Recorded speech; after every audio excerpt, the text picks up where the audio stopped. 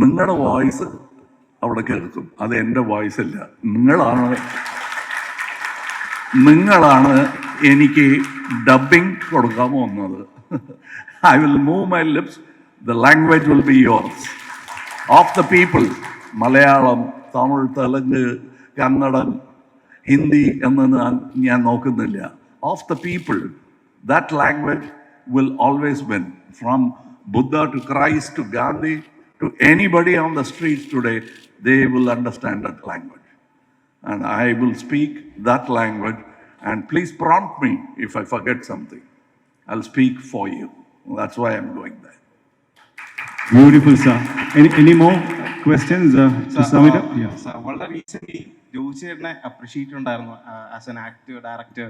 അപ്പോൾ നമുക്ക് മലയാളികൾക്ക് വളരെ പ്രൗഡ് മൊമെന്റ് ആയിരുന്നു. അതുമാത്രമല്ല, ഫൈനലി പുള്ളിക്ക് ഡിസേർവ് ചെയ്യുന്നൊരു അപ്രിസിയേഷൻ കിട്ടി എന്ന് നമുക്ക് തന്നെ തോന്നി. അപ്പോൾ പുള്ളി ഒരു ഡയറക്ടർ ഡെബ്യൂട്ട് ചെയ്തു. അത് അടിപൊളി സിനിമയായിരുന്നു പണി എന്ന് പറയുന്നത്.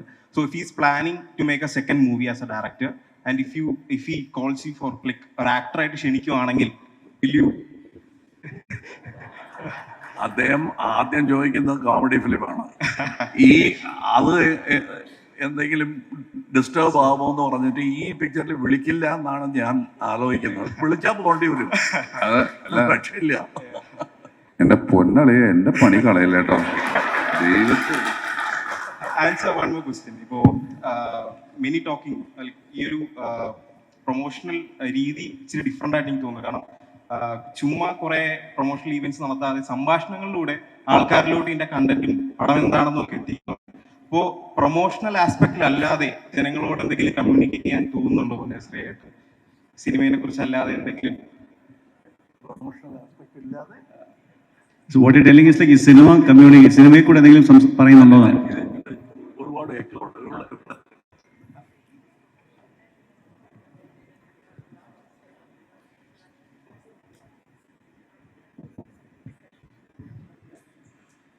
അല്ല, എപ്പോഴും we say something special in any movie that I try to do. Sometimes my voice is clear, my accent is legible, and my flow is correct. Sometimes it's not correct, so you don't understand.